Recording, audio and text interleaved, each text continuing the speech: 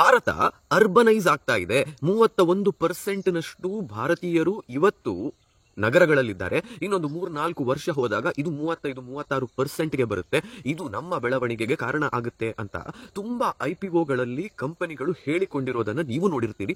ನೋಡಿಲ್ಲ ಅಂದ್ರೆ ಯಾವುದಾದ್ರೂ DHRP ಅನ್ನ ನೀವು ಓಪನ್ ಮಾಡಿದ್ರೆ ನಿಮಗೆ ಈ ಮಾಹಿತಿ ಸಿಗುತ್ತೆ. ಆದ್ರೆ ಒಂದು ಪ್ರಶ್ನೆಯನ್ನ ನೀವು ಯಾವತ್ತಾದ್ರೂ ಕೇಳಿಕೊಂಡಿದ್ದೀರಾ? ಅರ್ಬನೈಸೇಷನ್ ಆದ ಕೂಡಲೇ, ಹೆಚ್ಚು ಜನರು ನಗರಗಳಿಗೆ ಹೋದ ಕೂಡಲೇ ಯಾಕೆ ಒಂದು ಸ್ಟಾಕ್ ಅಥವಾ ಯಾಕೆ ಒಂದು ಕಂಪನಿ ತನ್ನ ಪ್ರಾಡಕ್ಟ್ಸ್ ಹೆಚ್ಚು ಸೇಲ್ ಆಗುತ್ತೆ ಅಂತ ಆಲೋಚನೆ ಮಾಡುತ್ತೆ?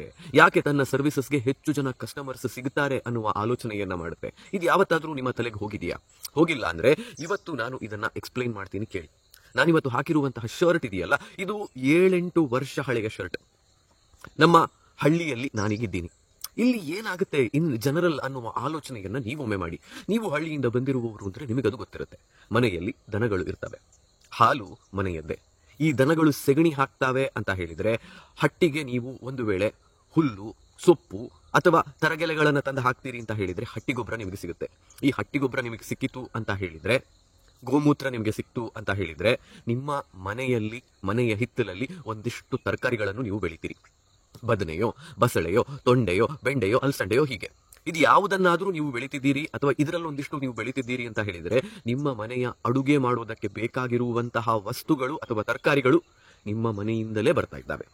ಇದರ ಜೊತೆಗೆ ಬೆಳೆದಿರುವಂತಹ ಬಾಳೆಕಾಯಿ ಇದೆ, ಅದರಲ್ಲಿ ಅದು ಬೆಳೆದು ಅದು ಒಡೆದು ಹೋಗಿದೆ ಅಂತ ಹೇಳಿದ್ರೆ ಅದನ್ನ ಮಾತ್ರ ಕಿತ್ತಿ ಪಲ್ಯವನ್ನ ಮಾಡ್ತೀರಿ. ಈ ರೀತಿಯಲ್ಲಿ ಹಿತ್ತಲಲ್ಲೇ ಬೆಳೆದಿರುವಂತಹ ಎಷ್ಟೋ ಆಹಾರಗಳನ್ನ ನೀವು ಸೇವನೆ ಮಾಡ್ತೀರಿ. ಈಗ ಇಲ್ಲಿಂದ ನನ್ನ ನಿಯರೆಸ್ಟ್ ಪೇಟೆಗೆ ನಾನು ಹೋಗ್ಬೇಕು ಅಂತ ಹೇಳಿದ್ರೆ 7-8 ಕಿಲೋಮೀಟರ್ ನಾನು ಹೋಗ್ಬೇಕಾಗುತ್ತೆ. ನನ್ನ ಮನೆಯಿಂದ ಪೇಟೆಗೆ ನಾನು ಹೋಗಬೇಕು ಅಂತ ಹೇಳಿದ್ರೆ 12 ಕಿಲೋಮೀಟರ್ ನಾನು ಹೋಗ್ಬೇಕಾಗುತ್ತೆ.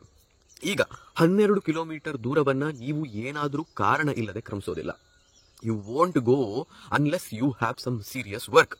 ಹೀಗಿದ್ದಾಗ ಏನಾಗುತ್ತೆ, ಬೇಕಾಗಿಯೋ ಬೇಡದೆಯೋ ನೀವು ಹೋದಾಗ ಮಾತ್ರ ವಸ್ತುಗಳನ್ನು ತಗೊಂಡು ಬರುವ ಕಾರಣ ನಿಮ್ಮ ಓವರ್ ಆಲ್ ಕನ್ಸಂಪ್ಷನ್ ಕಮ್ಮಿ ಆಗುತ್ತೆ.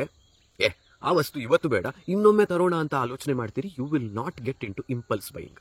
ಆದ್ರೆ ಪೇಟೆಗೆ ಬಂದ ಕೂಡಲೇ ಏನಾಯ್ತು, ಇವತ್ತಂತೂ 10 ನಿಮಿಷದಲ್ಲಿ ಮನೆಗೆ ವಸ್ತುಗಳನ್ನು ಡೆಲಿವರ್ ಮಾಡುವಂತಹ ಜೆಪ್ಟೋ, ಬ್ಲಿಂಕಿಟ್, ಇನ್ಸ್ಟಾಮಾರ್ಟ್ನಂತಹ ಆ್ಯಪ್ಗಳು ಇದ್ದಾವೆ.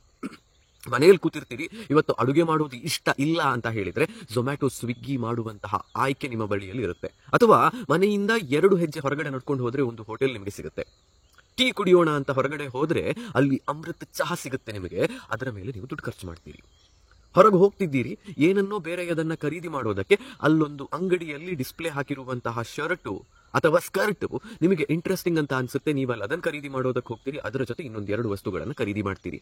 ಡಿ ಮಾರ್ಟ್ ಇದೆ, ವಿಶಾಲ್ ಮಾರ್ಟ್ ಇದೆ, ರಿಲಯನ್ಸ್ ಡಿಜಿಟಲ್ ಇದೆ ಅಂತ ಹೇಳಿದ್ರೆ ಅಲ್ಲಿ ನೀವು ಒಂದು ಚಿಪ್ಸ್ ಪ್ಯಾಕೆಟ್ ಖರೀದಿ ಮಾಡೋದಕ್ಕೆ ಹೋದವರು ಅಥವಾ ಒಂದು ತರಕಾರಿಯನ್ನ ಖರೀದಿ ಮಾಡೋದಕ್ಕೆ ಹೋದವರು ಬೇರೆಯವರು ಕ್ರೇಟ್ಗಳನ್ನ ಹಿಡ್ಕೊಂಡು ಶಾಪಿಂಗ್ ಮಾಡ್ತಿದ್ದಾರೆ ಅಂತ ನೋಡ್ತೀರಿ. ನೀವು ನಾನೊಂದು ಸುತ್ತ ಹಾಕಿ ಬರ್ತೀನಿ ಅಂತ ಹೊರಡ್ತೀರಿ. ನಿಮಗೆ ಬೇಕಾದದ್ದು ಬೇಡದೇ ಇದ್ದದ್ದು ಎರಡನ್ನೂ ಹೊತ್ಕೊಂಡು ಬರ್ತೀರಿ.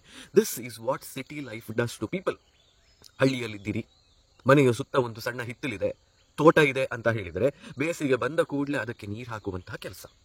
ಮಳೆಗಾಲ ಬಂತು ಅಂತ ಹೇಳಿದ್ರೆ ಎಲ್ಲೆಲ್ಲಿ ತೋಟದಲ್ಲಿ ಏನೇನು ಆಗ್ತಿದೆ ಅಂತ ಹೇಳೋದನ್ನ ನೋಡುವ ಕೆಲಸ. ಹಿತ್ತಲಿದೆ ಅಂತ ಹೇಳಿದ್ರೆ ಹೂಗಿಡಗಳು ಇರ್ತವೆ, ಜೊತೆಯಲ್ಲಿ ಒಂದಿಷ್ಟು ತರಕಾರಿಗಳನ್ನು ಬೆಳೆದಿರ್ತೀರಿ, ಅವುಗಳನ್ನ ನೋಡಿಕೊಳ್ಳುವಂತಹ ಕೆಲಸ. ಇದೆಲ್ಲ ಇದೆ ಅಂತ ಹೇಳಿದ್ರೆ ಸಾಯಂಕಾಲ 1-2 ಸೀರಿಯಲ್ ಕೂಡ ನೀವು ನೋಡ್ತೀರಿ ಅಂತ ಹೇಳಿದ್ರೆ you don't have time left with you to go out and shop. ಪೇಟೆಯ ಕತೆ ಹಾಗಲ್ಲ. ಪೇಟೆಯಲ್ಲಿ ಆಫೀಸ್ ಕೆಲಸ ಇಲ್ಲ ಅಂತ ಹೇಳಿದ್ರೆ, ಮನೆಯೊಳಗೆ ಕೂತಿದ್ದೀರಿ ನೀವು ಅಂತ ಹೇಳಿದ್ರೆ ತಲೆ ಹಾಳಾಗೋದು ಶುರುವಾಗುತ್ತೆ. You go out to malls just to kill time. ಎಷ್ಟೋ ಜನ ವೀಕೆಂಡ್ ಹೊರಗಡೆ ಹೋಗೋದು ಮನೆಯಲ್ಲಿ ಕೂತ್ರೆ ಸಮಯ ಹೋಗೋದಿಲ್ಲ ಅಂತ ಹೇಳುವ ಕಾರಣಕ್ಕೆ. ಹೀಗೆ ಹೋದವರೆಲ್ಲರೂ ಮಾಡೋದು ಖರ್ಚು. ಈ ಖರ್ಚುಗಳು ಹೆಚ್ಚಾಗಬೇಕು ಅಂತ ಹೇಳಿದ್ರೆ ಪೇಟೆಗೆ ಬಂದಾಗ ಜನರಿಗೆ ಆಗುವಂತಹ ಇನ್ನೊಂದು ಅಡ್ವಾಂಟೇಜ್, ಅವರ ಕೈಯಲ್ಲಿ ಇರುವಂತಹ ಡಿಸ್ಪೋಸಬಲ್ ಇನ್ಕಮ್ ಅಥವಾ ಅವರ ಓವರ್ ಆಲ್ ಇನ್ಕಮ್ ಹೆಚ್ಚಾಗೋದು. ಹೀಗೆ ಹೆಚ್ಚಾದಂತಹ ದುಡ್ಡಿನ ಜೊತೆಯಲ್ಲಿ ಕಂಫರ್ಟ್ ಅಂತ ಹೇಳುವಂತಹದ್ದನ್ನ ಜನರು ಅರಸುವ ಕಾರಣ ಖರ್ಚುಗಳು ಕೂಡ ಹೆಚ್ಚಾಗೋದು. ಹಳ್ಳಿಯ ಮನೆಯಲ್ಲಿ ಚಾಪೆ ಹಾಸಿ ಕೂರುವವರು ಪೇಟೆಗೆ ಬಂದ ಕೂಡಲೇ ಸೋಫಾ ಬೇಕು ಅಂತ ಹೊರಡ್ತಾರೆ. ಸೋಫಾ ಬಂದ್ರೆ ಸಾಕಾ, ಸೋಫಾದ ಜೊತೆಯಲ್ಲಿ 1-2 ರಿಕ್ಲೈನರ್ಗಳು ಕೂಡ ಬೇಕು ಅಂತ ಅನ್ಸುತ್ತೆ. ಊರಿನಲ್ಲಿರುವಂತಹ ಹಳೆಯ CRT ಅಥವಾ TFT ಸ್ಕ್ರೀನ್ ಇರುವಂತಹ ಟಿವಿಯ ಬದಲಿಗೆ ಈಗ ಫ್ಲಾಟ್ ಸ್ಕ್ರೀನ್ ಟಿವಿ ಬೇಕು ಅಂತ ಅನ್ಸುತ್ತೆ. ಹೈ ಸ್ಪೀಡ್ ಇಂಟರ್ನೆಟ್ ಬೇಕು ಅಂತ ಅನ್ಸುತ್ತೆ. ಇದೆಲ್ಲವೂ ಕೂಡ ಕನ್ಸಂಪ್ಷನ್ ಸ್ಟೋರಿಗಳೇ. ಯೋಚನೆ ಮಾಡಿ, ನಾನೀಗ ಹೇಳಿದಂತಹ ಇಷ್ಟು ವಿದ್ಯಮಾನಗಳಲ್ಲಿ, ಇಷ್ಟು ವಿಚಾರಗಳಲ್ಲಿ ಎಷ್ಟು ಕಂಪನಿಗಳ ಬಿಸ್ನೆಸ್ ಅಡಗಿದೆ. ನೀವು ಹಳ್ಳಿಯಲ್ಲಿದ್ದಾಗ ಎಷ್ಟು ಬಿಸ್ಕೆಟ್ ಪ್ಯಾಕೆಟ್ ತಗೋತೀರಿ ಅನ್ನುವ ಆಲೋಚನೆ ಮಾಡಿ, ಪೇಟೆಗೆ ಹೋಗಿ ಅಲ್ಲಿಯ ಮಾಲ್ಗಳಲ್ಲಿ ಕಲರ್ ಆಗಿರುವಂತಹ ಐಲ್ನಲ್ಲಿ ಕಾಣುವಂತಹ ಬಿಸ್ಕೆಟ್ ಪ್ಯಾಕೆಟ್ಗಳನ್ನು ನೋಡಿದಾಗ ಎಷ್ಟು ತಗೋತೀರಿ ಅನ್ನೋದನ್ನು ಆಲೋಚನೆ ಮಾಡಿ. 10 ರೂಪಾಯಿಯ ಪಾರ್ಲೆಜಿ ತಗೋತಾ ಇದ್ದವರು 40 ರೂಪಾಯಿಯ ದೊಡ್ಡ ಪ್ಯಾಕೆಟ್ ತಗೊಳ್ಳೋದು ಶುರು ಮಾಡ್ತಾರೆ. ಇದು ಕನ್ಸಂಪ್ಷನ್ ಅನ್ನ ಡ್ರೈವ್ ಮಾಡುವಂತಹದ್ದು. ಇದಕ್ಕೆ ಕಾರಣ ಅರ್ಬನೈಸೇಷನ್ ಅಂತ ಹೇಳೋದು. ಈ ಅರ್ಬನೈಸೇಷನ್ ನ ಹಿಂದೆ ಅತಿ ಹೆಚ್ಚು ಇಂಟ್ರೆಸ್ಟ್ ಅನ್ನ ಕಂಪನಿಗಳು, ಸರ್ಕಾರಗಳು ಕೂಡ ಹೊಂದಿರುವುದು ಇದೇ ಕಾರಣಕ್ಕೆ. ನೀವು ಹೋಗಿ ನೋಡಿ, ಯಾವುದಾದ್ರೂ ಒಂದು ಪೇಟೆಯ ಟ್ಯಾಕ್ಸ್ ಕಲೆಕ್ಷನ್ ವರ್ಸಸ್ ಒಂದು ಹಳ್ಳಿಯ ಟ್ಯಾಕ್ಸ್ ಕಲೆಕ್ಷನ್ ಎಷ್ಟಿರುತ್ತೆ ಅಂತ. ಕುಡಿಯುವ ನೀರಿಗಾಗಿ ಎಷ್ಟು ದುಡ್ಡು ಕೊಡ್ತೀರಿ ನೀವು? ಅಥವಾ ವೇಸ್ಟ್ ಮ್ಯಾನೇಜ್ಮೆಂಟ್ ಅಂತ ಹೇಳಿಕೊಂಡು ಅದಕ್ಕೆಷ್ಟು ದುಡ್ಡು ಕೊಡ್ತೀರಿ ಸಣ್ಣ ಹಳ್ಳಿಗಳಲ್ಲಿ? ಅದೇ ಪೇಟೆಗೆ ಬಂದಾಗ ಅದಕ್ಕೆ ನೀವು ಖರ್ಚು ಮಾಡುವಂತಹ ದುಡ್ಡೆಷ್ಟು, ತೆರಿಗೆ ಎಷ್ಟು ಹೋಗುತ್ತೆ ಸರ್ಕಾರಗಳಿಗೆ?